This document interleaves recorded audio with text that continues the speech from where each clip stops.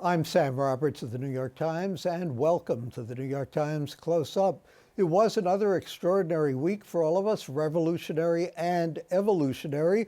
A 10-term incumbent lost his seat to a 28-year-old woman. She stands to be the next congresswoman from the Queens and the Bronx. New York Times editorial board member Mara Gay assesses this remarkable turn of events among other issues. We turn to the past with Christopher Bonanos, the author of the wonderfully reviewed Flash, the making of Weegee the famous. He might have been the first paparazzo. He certainly was the most ingenious in the age of flashpots. Then we'll revisit with Itamar Moses, the Tony-winning book writer of The Band's Visit, winner of 10 Tony Awards, as he describes the transition from film to stage. And I'll add some additional thoughts on Coda. But first, Times editorial board member Mara Gay, the page's lead opinion writer on state and local issues. Mara, the Times editorial board warned Joe Crowley a couple of weeks ago, don't take the voters for granted. He skipped a debate in the district. Is that why he lost his congressional seat?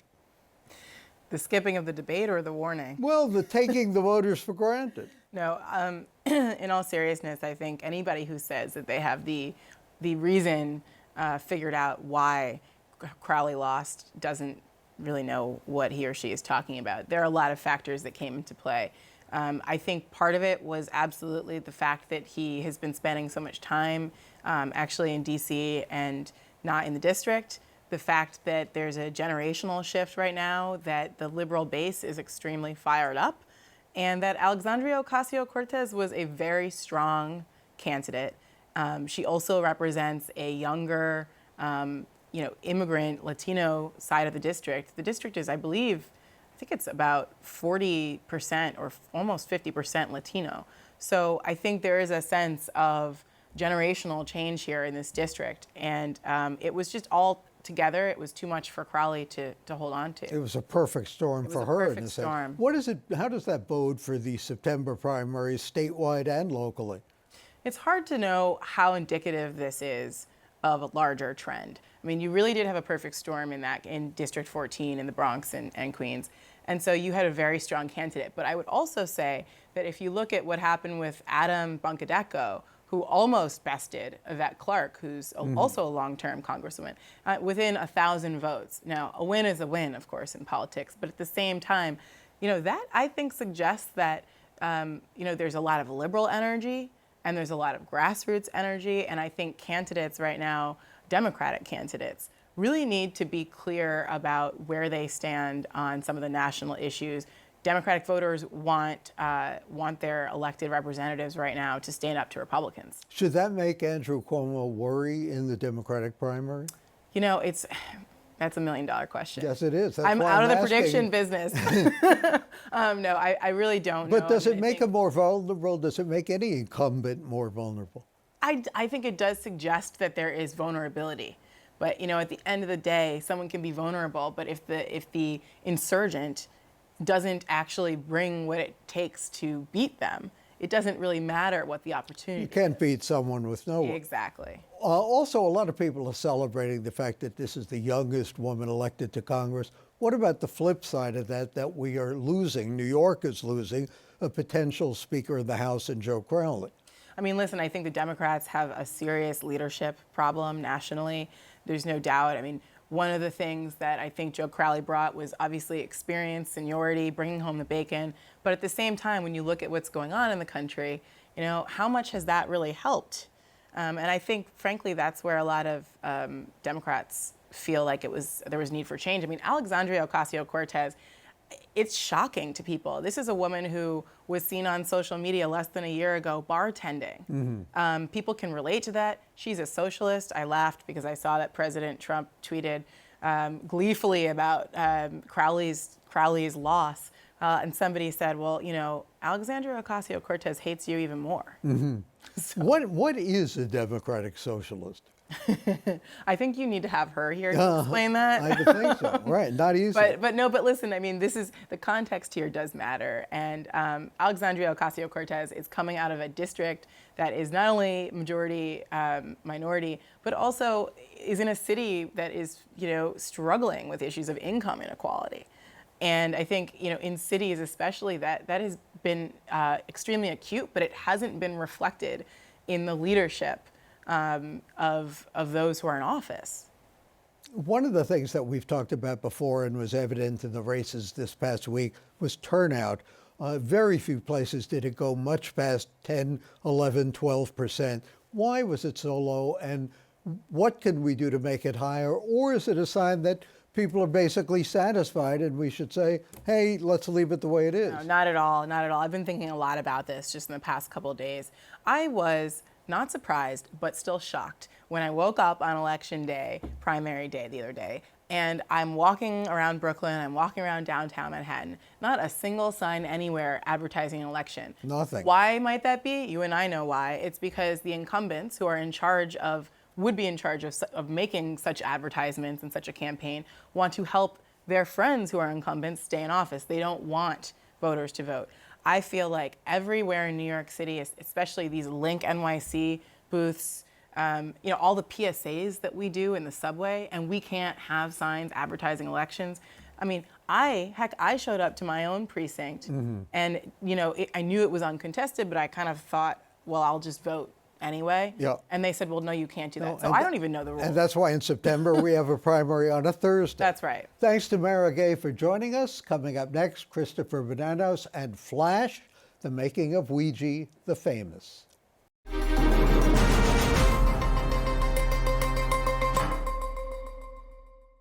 Welcome back. You couldn't have invented him. Only Usher Fellig could. The boy who emigrated to the United States first became author, then eventually Mr. Squeegee. Then he evolved into Weegee. Christopher Bonanos has brought him to life with Flash, the making of Weegee the famous. It's just been published by Henry Holt and Company, reviewed in the Sunday New York Times Book Review, summer reading issue by Sarah Boxer, formerly of the New York Times. Chris, this is a story, of course, about the photographer Weegee. Now, he said that he discovered photography when he was in the 7th grade. When did you discover Weegee? Well, I always sort of knew about him. I work for New York Magazine, and there I write about urban affairs and history a lot of the time. So he was sort of a figure that I knew of. And I had a couple of books of his pictures and so forth. But there was a retrospective in 2012 at the International Center of Photography. And it was a very large, very well-designed show called Murder is My Business. And I came out of there thinking to myself, this is a fantastic story. What a life this guy led. And I went home and I Googled to look up a biography, and no one had written one, and well, then there you go. Isn't that the greatest feeling for an author? You said that keep your eye on the evolution of his name. That is the story of Weegee. What do you mean? Well, as you said, he started off as Usher Fellig, a shtetl boy from Eastern Europe, came to America and became Arthur, which is a very familiar story, people who changed their names or had their names changed for them. And gradually, over the first, call it 15 years of his picture taking, he slipped into this persona called Weegee. And, Arthur Fellig was a sort of shy, diffident guy who really wanted to get somewhere in life but couldn't really do it socially. He was awkward and he had a funny accent, and he was not built for fame. But Weegee he could step into as a persona, and it worked. He created this character that he could inhabit. And that is a very modern story, isn't it? I mean, we see people do that a lot now. What's the modern equivalent, or is there one? Well, I don't know of one who's specifically a photographer or a reporter, but, the idea of creating a persona like Madonna or Kanye or anybody, you make up a one-name persona who is able to do things that perhaps you are not personally and can mouth off in all sorts of different ways. It's a thing we do. We all create images of ourselves now. You make up a version of yourself on Instagram if you're a young person, right? Well, how Behind much what did he he's doing. create and how much was real in terms of the actual pictures he took? Well, that is a very interesting question. You know, most of what he got famous for was news photography. And much of it was done on the spot. You get to where a guy's been And he got killed, there first. and that's right, and he made a big deal out of getting there first. You get to where a guy's been killed, or a building is on fire, or a car has crashed or something, and you grab it and you get to the papers before everyone else. Simple, straightforward, maybe not so simple, but straightforward. However, what he was capable of doing on occasion was massaging reality a little bit, giving it a little help. And, you know, that was probably a venial sin then and a mortal sin now in journalism. But it goes along with the idea that he was trying to be very truthful in his pictures. And sometimes that meant being more than factual. Right, well, when he said, paraphrasing Sam Goldwyn, you know, if you want to send messages, go to Western Union, Right. wasn't the critic picture, the famous picture outside the Metropolitan Opera, was that intended to send a message? It certainly did. Right. Well, This was, describe it too. yeah, right. For viewers who don't know, this is probably his most famous picture. It shows two dowager ladies, for lack of a better term, arriving at the Metropolitan Opera on opening night, and they're wearing white furs and more diamonds than you can imagine. An especially vivid image during the war when rationing was on. And right next to them, staring them down with a look of sort of cross-eyed disdain, is a woman in a tattered coat with her hair lank and disheveled. And he called this picture The Critic. And it was a sensation. It ran in Life magazine, and it was bought by the Museum of Modern Art. And it more than any other, although there are other pictures in his career that were milestones, more than any other, this particular one made him famous as a photographer. And many years after his death, his assistant revealed that the third woman in the picture, was a friend of his who he had gotten drunk earlier that day and poured into his car and brought up to the opera house and propped up at the curb. So was it a picture meant to be socially significant? I think that's a little strong. What he wanted was a great contrast and a great tableau. He had made other pictures in that vein before, so he had an idea and said what he was going to construct. It came out better than he could have hoped for. And he never admitted to faking it. He always said that the third woman had just wandered in and he didn't even see her until he was in the darkroom. What wishful thinking. Exactly. Chris, are we so inured to images these days, having seen wars in our own living room, having seen video on television, on the web, that he would not have had the same impact today? Or would he have had to take some other form, some other platform to have the same kind of impact? That's an interesting question. I would say two things. One is that he would probably today be working in video rather than still pictures because he was working at the technological forefront of the form. You know, he used specialized high-speed films and things like that in order to get the jump on the competition. So he would go for the fastest moving thing he could now. He'd probably working for TMZ or something, I don't know. But in terms of his impact, I would say that he would probably be more effectual today than he was then, and I'll tell you why. Although we are swamped with images, the fact is we are more and more as a culture embracing the telling of stories with pictures, right? Mm-hmm. The hottest thing in social media is no longer Facebook, it is no longer Twitter, it is Instagram. And that is because people tell stories with image instead of with words. And his images, because they have punch and are they're sort of little one-act plays in their way. You see a story like the one I just described, and it really, I mean, it sets a scene, it has a plot, you know? That is a way of doing what he did that speaks to us now very strongly. And you said his turning point, not for the better, was when he thought he was an artist rather than a news photographer. That's right. You know, the sort of conventional view is that he was an artist when he wasn't trying to be, and when he tried to be an artist later on, he didn't succeed at it. And I don't entirely buy that position, but I understand it. In the latter part of his career, he stepped away from spot news work. And he started making trick photographs of all kinds. He used distortion lenses and filters and things that would put patterns into photographs, and he would twist and warp people into caricatures of themselves. He did all sorts of bizarre stuff like this. And the art establishment that had embraced his news photography said, what is he doing? He's just gone around the bend. He's just funning around in the darkroom. And, you know, they're still arguing over that. I will say that people have started to collect the distortion pictures. And again, in our sort of saturated image society, there are a lot of people doing things like that. You know, Photoshop makes it very possible to do things that he had to do laboriously by hand with an enlarger and Now easel. you can do almost anything. You can do almost anything, and people are doing almost anything. Thanks to Christopher Bonanos for joining us. Flash, the making of Weegee, the famous, just been published by Henry Holt and Company, reviewed in the Sunday Times Book Review. Next, we'll revisit with the band's Visit. Tony-winning book writer Itamar Moses. The musical has won 10 Tony Awards since we met him in May.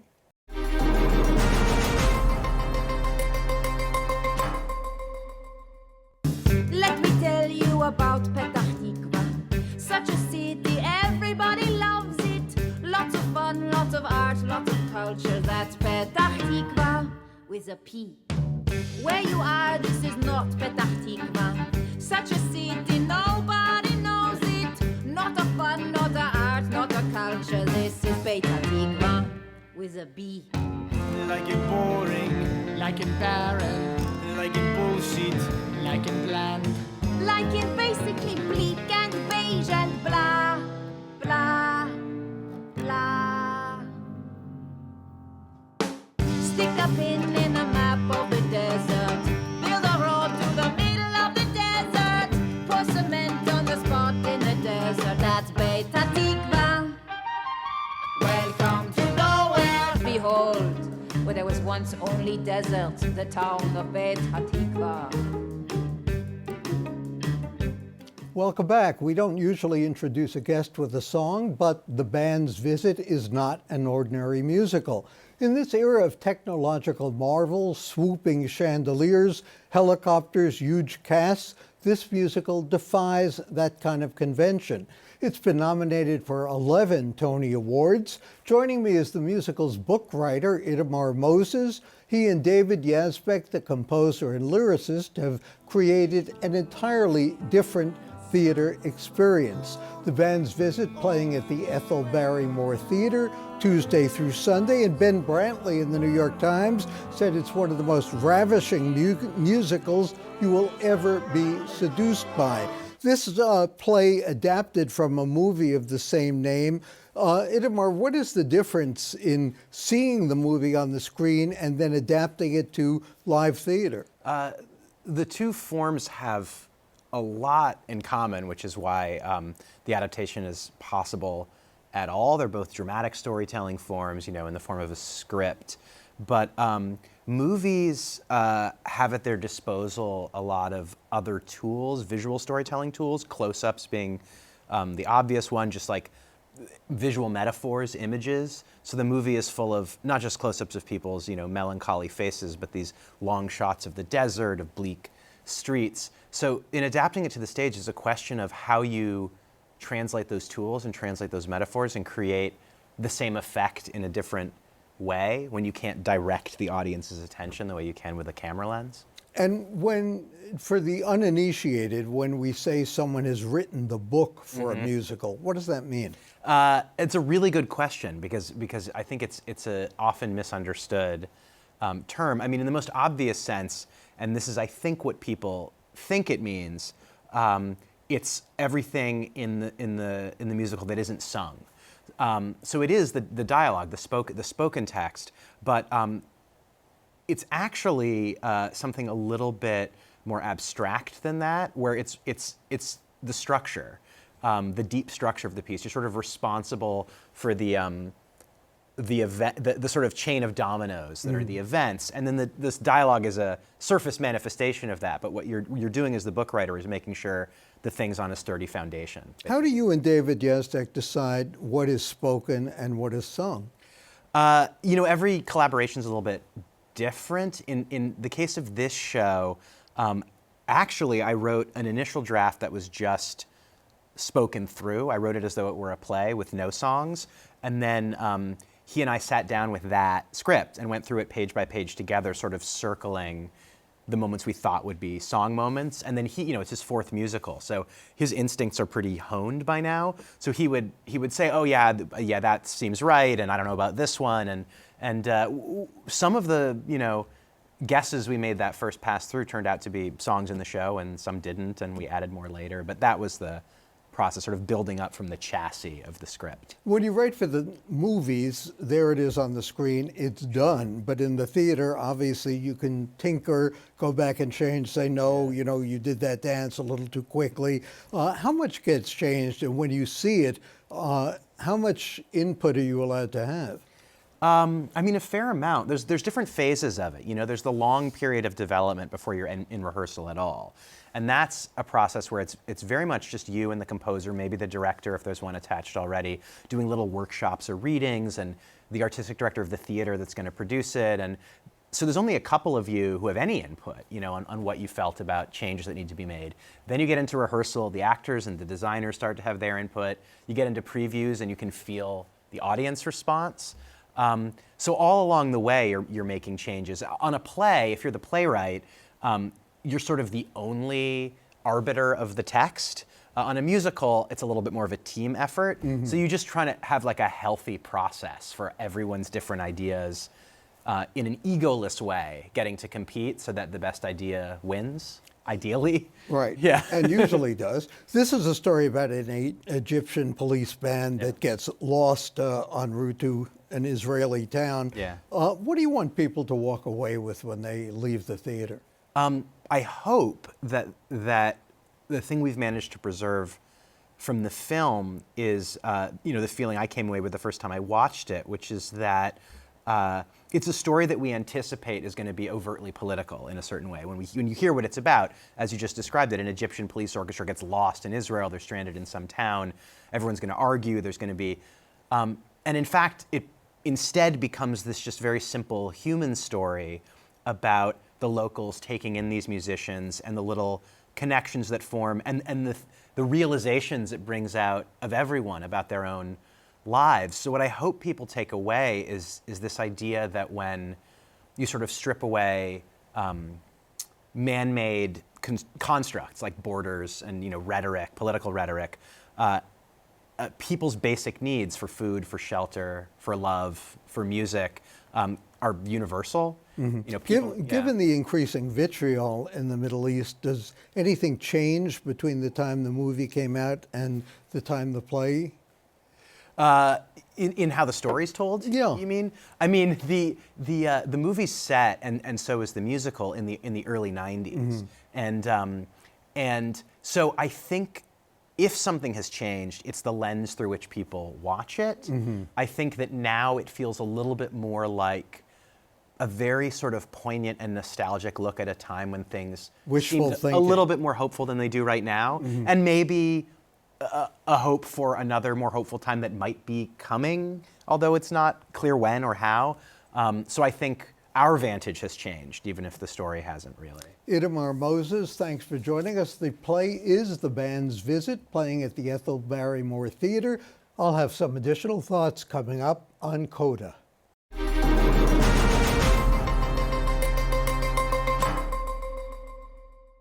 Have you ever heard of the Flushing remonstrance? If you think it's a homeowner's complaint to a plumber, think again. A remonstrance is an appeal or a rebuke by a group of citizens petitioning a public official to correct a grievance. In this case, the petition was signed in 1657 by residents of Flushing in what became Queens. They were coming to the defense of their neighbors.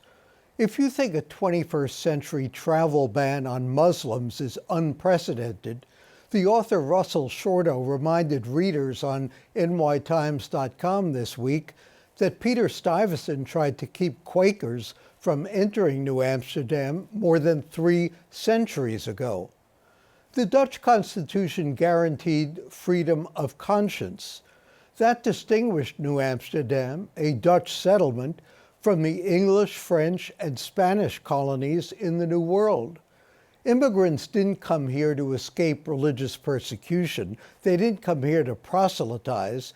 They came to worship the almighty Gilder, to make money. If you didn't get in their way, you were more or less accepted. Call it tolerance or indifference, it defined New York.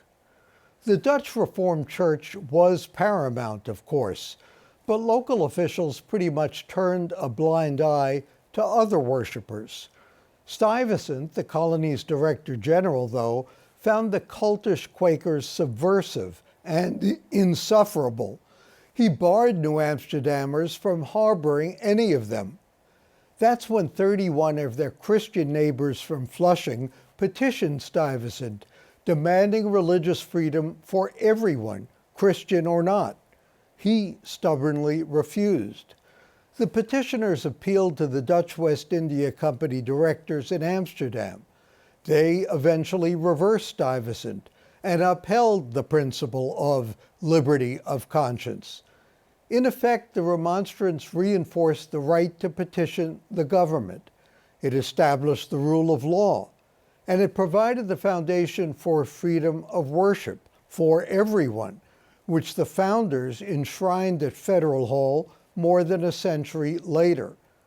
For the first time in 3 decades, the 361-year-old document, which was copied into the council minutes, is on display until Monday, July 2nd at Federal Hall on Wall Street. Not for nothing should we remember our history. He who controls the past controls the future, George Orwell wrote. He who controls the present controls the past.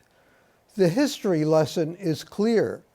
If you can fight City Hall, you can fight the White House too. And a reminder, civil liberties lawyer Norman Siegel will be reading the Declaration of Independence, the Constitution, and the Bill of Rights on July 4th at the Eleanor Roosevelt Monument, 72nd Street and Riverside Drive from noon until 1:30. We'll return July 19th. For the New York Times and CUNY TV, I'm Sam Roberts.